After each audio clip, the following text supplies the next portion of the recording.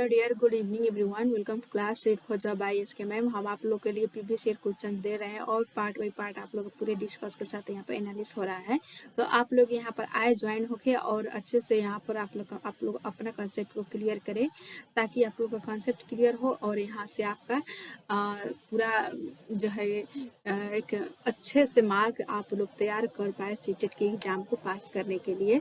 यहीं से आप लोग का 0 लेवल से यहाँ पर शुरू हो रहा है और अंतिम में आपका पूरा प्रैक्टिस सेट के साथ यहाँ पर पूरा दे दिया जाएगा और कराया भी जाएगा। तो यहाँ पर देखेंगे सीडी के क्वेश्चन 29 दिसंबर 2021-22 जो ऑनलाइन पेपर हुआ था उसी का यहाँ पर एनालिसिस हो रहा है। तो यहाँ पर देखेंगे क्वेश्चन नंबर आगे हमारा 8 है।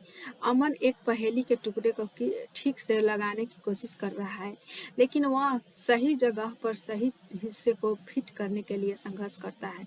कैसे, क्या, क्यों रूप में उसकी माँ उसे केंद्र पर प्रदान करती है। ले वाइगोत्स्की सीखने के सिद्धांत के अनुसार सीखने की यह प्रक्रिया को क्या कहलाएगा।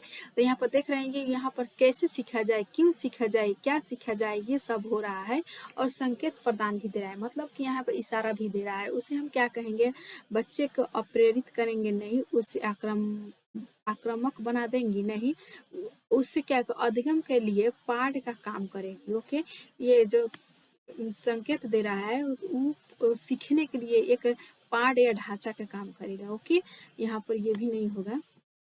तो हमारा क्वेश्चन आंसर 3 सही है। नेक्स्ट आ गया, वाइगोत्स्की सिद्धांत के अनुसार सहायक खोज किस में सहायक है। तो यहाँ पर देखेंगे सहायक जब भी यहाँ पर आएगा, सहायक खोज जब भी आएगा तो सहपाठी सहयोग होगा। ओके, सहायक में सहयोगी होगा।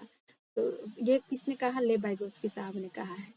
ओके, अब ये देखेंगे यहाँ पर हार्वर्ड गार्डन के बहुबुद्धि सिद्धांत के अनुसार निम्नलिखित में से किसका प्रयोग दृष्टिगत जगत को सही तरह से अनुभव करने की योग्यता और अपने आरंभिक अनुभवों में परिवर्तन लाने की योग्यता के लिए किया जाता है। तो यहाँ पर देखेंगे अपने अनुभव जब भी यहाँ पर आए, अपने अनुभव के अनुसार परिवर्तन लाने की योग्यता भी आए, तो यहाँ पर क्या कहेंगे, उसे अंतर्वैयक्तिक बुद्धि कहेंगे। अपने अनुभव से अपने से खुद से प्रेरित हो रही है और अपने अनुभव से करना चाह रही है, कोई चीज को परिवर्तन भी हो रहा है तो उसे अंतर्वैयक्तिक बुद्धि कहेंगे। ओके, हार्वर्ड गार्डन ने 8 प्रकार के बहुबुद्धि सिद्धांत बताया है। उन्होंने बताया कि अलग अलग व्यक्ति का अलग अलग विकास होता है और अलग अलग तरह से होता है। तो इस तरह के क्वेश्चन को आप लोग देखेंगे, बार बार क्वेश्चन यहाँ एग्जाम अटेंड कर रहा है और उसे हम अच्छे से देखेंगे। ओके, आएंगे और याद भी रखेंगे। यहाँ पर क्वेश्चन को सॉल्व करने का तरीका भी आपको मालूम हो जाएगा। हेतल घर में गुजराती बोलती है।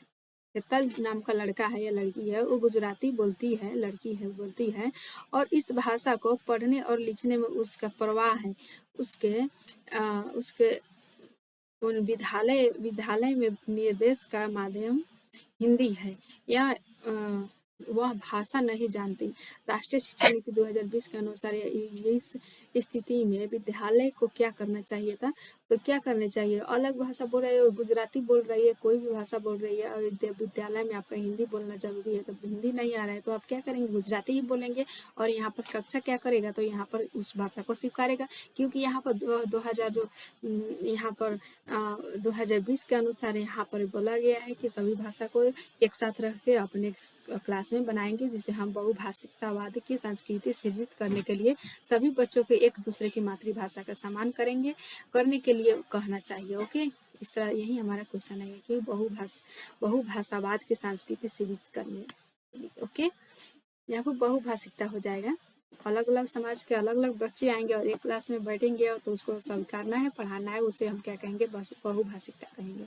जेंडर क्या है, जेंडर किसने बनाया, तो यहाँ समाज ने बनाया है। जैविकता क्या है, तो जैविक क्या जैविक सेक्स किसने बनाया है, तो जैविक ने बनाया है, ये बायोलॉजिकल है। ओके, उसे सेक्स को क्या कहेंगे, बायोलॉजिकल कहेंगे, और यहाँ पर जेंडर को हम सामाजिक संरचना बनाएंगे।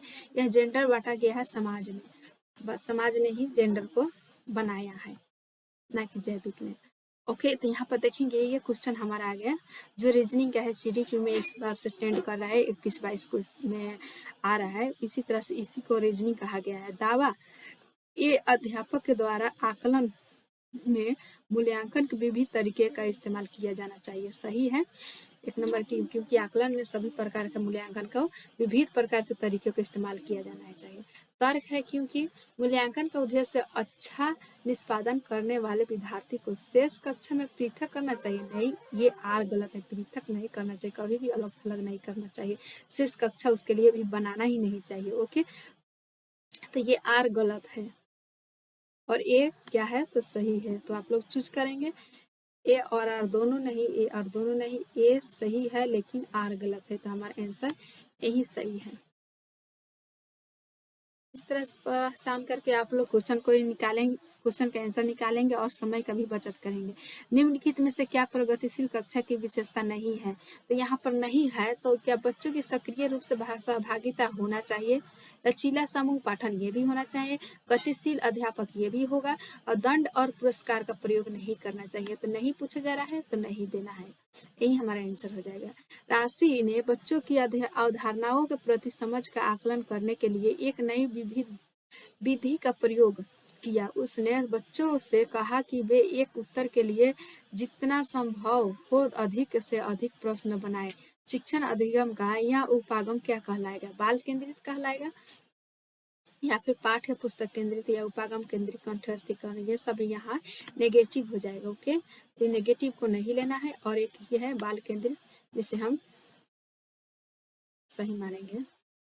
एक समावेशी कक्षा में सहयोगात्मक प्रणाली और सहयोगजनक मतलब संयोजक अधिगम को का क्या होता है? यहाँ पर एक समावेशी कक्षा होता है जो सहयोगात्मक प्रणाली और सहयोजक अधिगम को हम क्या कहेंगे? तो अत्यधिक हतोत्साही न, हतोत्साही तो नेगेटिव हो गया क्योंकि प्रोत्साहित करना है, सक्रियता से प्रोत्साहित करना चाहिए, ही सही लग रहा है। आगे भी देखेंगे, रूढ़िबद्ध धारणाओं का निर्माण करना चाहिए, नहीं रूढ़िगत कभी भी नहीं, लचीला होना चाहिए।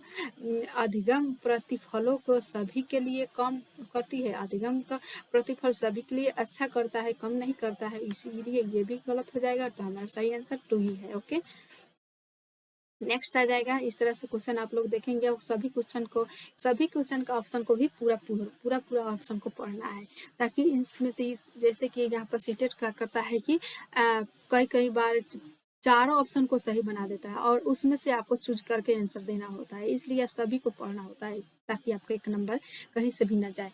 अध्यापक को अपनी कक्षा में सुविधा वंचित वर्ग से आने वाले बच्चे के लिए क्या करना चाहिए? उसे बाहर निकालना चाहिए? नहीं, कभी भी बाहर नहीं निकालना चाहिए, उसको सामान देना चाहिए, उसको बैठाना चाहिए, उसको साथ साथ पढ़ाना चाहिए। विद्यार्थी के लिए विशेष अनुभव नहीं, विशेष नहीं, यहाँ पर देखेंगे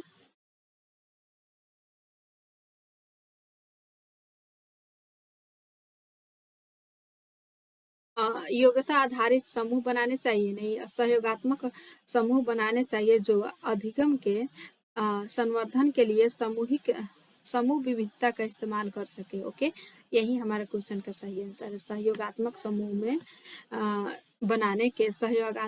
बनाने चाहिए जो अधिगम के संवर्धन के लिए समूह विविधता का इस्तेमाल करता है, हो सके। ओके, नेक्स्ट देखेंगे,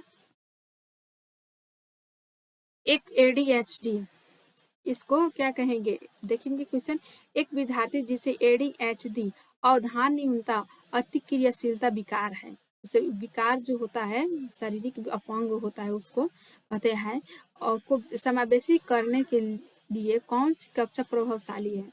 तो उच्चारण संरचना कक्षा जहाँ मुख्य शिक्षण मौखिक अनुदेश से होता है, या फिर कक्षा या लचीलापन, यहाँ पर देखेंगे जहाँ कक्षा लचीली समय सारणी और बैठने की व्यवस्था है और विद्यार्थी अपनी रुचि अनुसार समय कार्य कर रही है, यही आंसर हो जाएगा। ओके, जो विद्यार्थी अपने रुचि अनुसार समय कार्य कर रही है, किसी की मदद नहीं ले रही है, या फिर मदद लेने पर वो बहुत ही लचीला से, बहुत ही सिंपल तरीके से वो अपना पढ़ना चाह रही है, बैठना चाह रही है, पर सब कुछ कोई समस्या आने पर टीचर से पूछ रही है अपनी अपनी ही रुचि अनुसार, उसको हम क्या कहेंगे? एडीएचडी बच्चा कहेंगे।